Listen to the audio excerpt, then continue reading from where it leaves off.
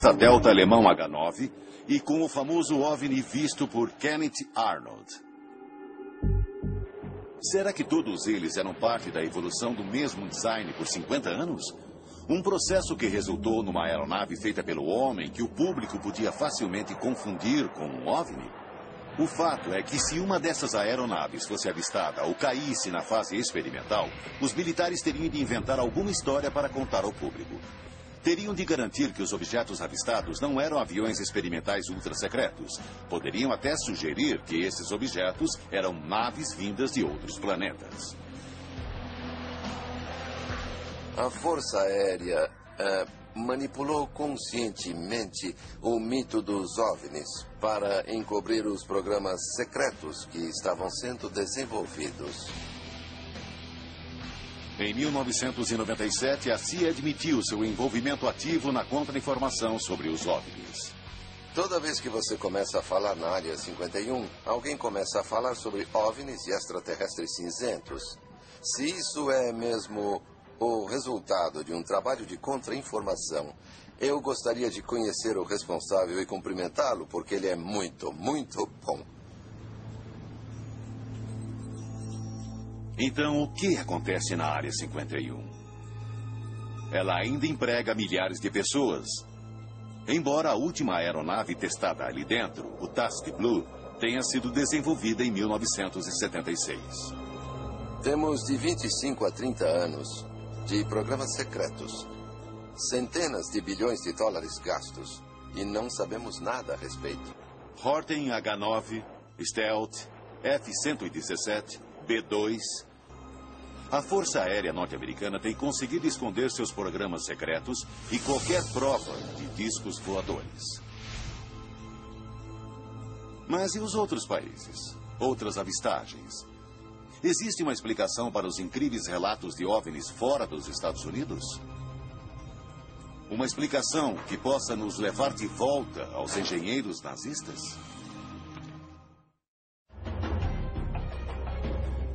De todas as teorias conspiratórias sobre os OVNIs nazistas, a mais controversa é a ideia de que alguns nazistas conseguiram fugir levando protótipos de discos. E há indícios claros de que um certo número de oficiais da elite da SS escaparam dos aliados e desapareceram.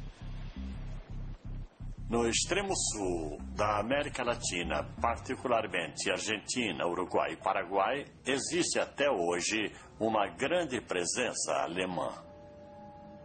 Um homem que nunca mais apareceu foi o general Hans Kammler, o responsável pelo programa alemão de armas secretas.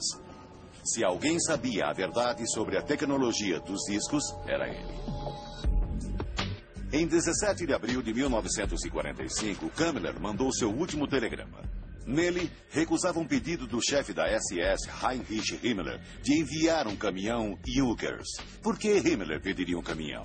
E por que Kammler não atendeu seu chefe?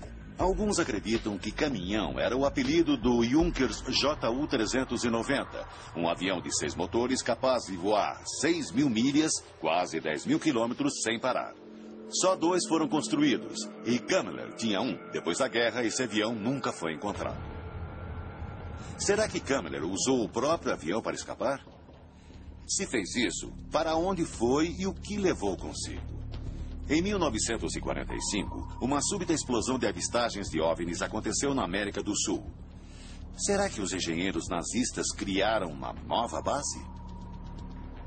Houve milhares de avistagens nos anos consecutivos à guerra, muitas mais do que na América do Norte. O que indica a possibilidade dos nazistas terem voado para a América do Sul e continuado a operar seus aviões a partir dessas novas bases. O presidente da Argentina, Juan Perón, concedeu 1.000 passaportes para cientistas e engenheiros nazistas. Os criminosos de guerra Klaus Barbie e Adolf Eichmann foram localizados na América do Sul. Heinmar Horten, pioneiro dos caças Delta, mudou-se para a Argentina em 1948. Desde então, o número de relatos de OVNIs cresceu em toda a América do Sul, como aconteceu nos Estados Unidos. A conspiração dos OVNIs nazistas é uma teoria complexa e baseada em provas circunstanciais. Em 1944, pilotos aliados veem OVNIs sobre a Alemanha. Em instalações subterrâneas, os nazistas estão construindo aeronaves e sistemas de propulsão ultra-secretos. A guerra termina e o general responsável pelos programas desaparece sem deixar rastros. Seus cientistas, sua pesquisa e protótipos são confiscados pelos militares norte-americanos e enviados aos Estados Unidos. 2 anos depois começa a primeira onda de avistagens de OVNIs da América do Norte. Seriam, na verdade, protótipos norte-americanos dos caças Delta nazistas H-9? No fim dos anos 50, a Força Aérea Norte-Americana lança o Avrocar, um disco voador semelhante a uma nave secreta nazista chamada Repulse. E em 1965, um OVNI cai em Kecksburg, na Pensilvânia. As testemunhas falam em formato de sino, coberto com marcas estranhas, semelhante a um artefato nazista construído no final da guerra. Todos esses indícios levam diretamente a uma conspiração dos OVNIs. Será que os nazistas foram bem-sucedidos na construção de protótipos de disco? Será que o governo norte-americano e os de outros países desenvolveram tudo em segredo? Todos os objetos avistados seriam apenas naves feitas pelo homem? Os governos e suas forças armadas revelarão algum dia a verdade sobre a presença dos OVNIs no nosso espaço aéreo?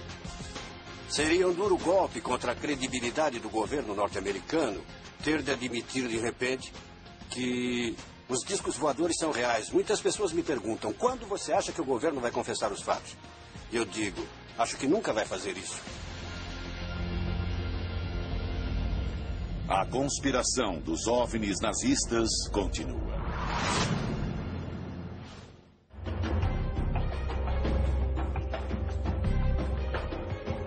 Versão brasileira, Tempo Filmes, São Paulo.